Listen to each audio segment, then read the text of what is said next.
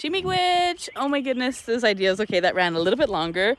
I did build in some buffer time, but I want to make sure that everything works out well and you all get everything that you need.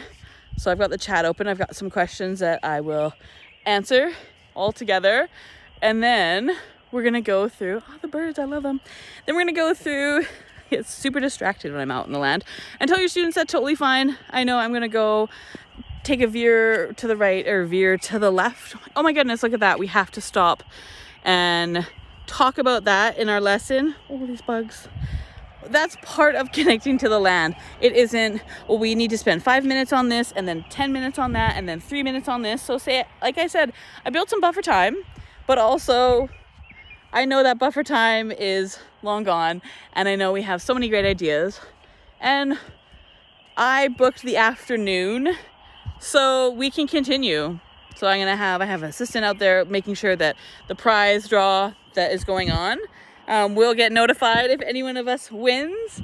We are there, in spirit, but we're connecting here, and we know that it does run a little bit longer. And I told the admin of our conference that we could run long, and if it's okay that we send someone just to make sure if anyone won, they'll let us know and we'll come down and claim the prize. We're really happy to be here, but we're really ensconced in what we're chatting about, and I'm very happy to be chatting about it with you here today.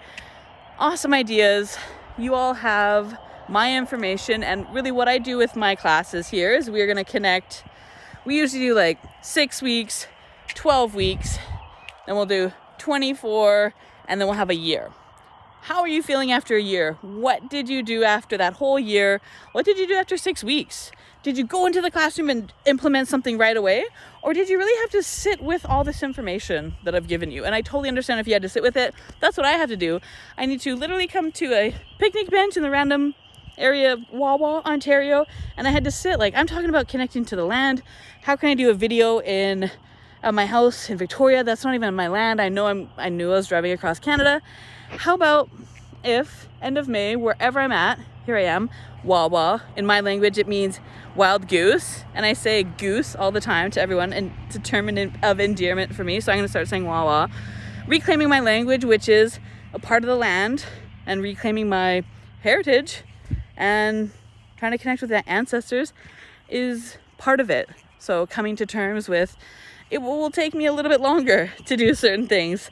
I have to go about things a little bit different because my mind works in both a colonized and a decolonized world, and I'm really trying to go all the way over to that whole decolonized world and hope to bring some folks with me. I hope you enjoyed your time today.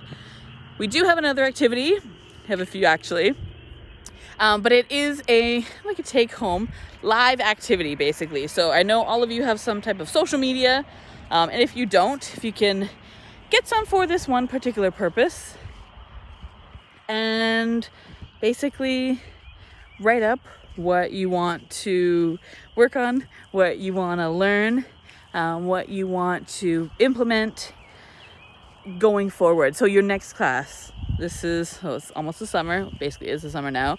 So we're not going to say for June or July, let's say for September. So what are you going to talk about? What are you going to do September? And how are you going to implement it? How are you going to utilize your skills?